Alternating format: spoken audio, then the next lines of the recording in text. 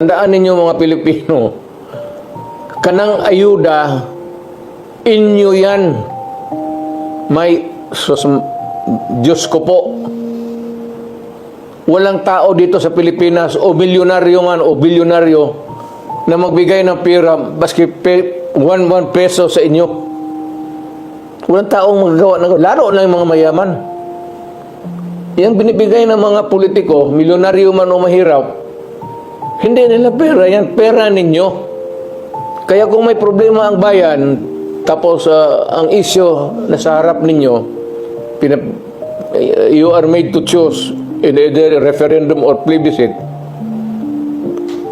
maawa naman kayo sa anak ninyo, future generation. Isipin ninyo yung problema.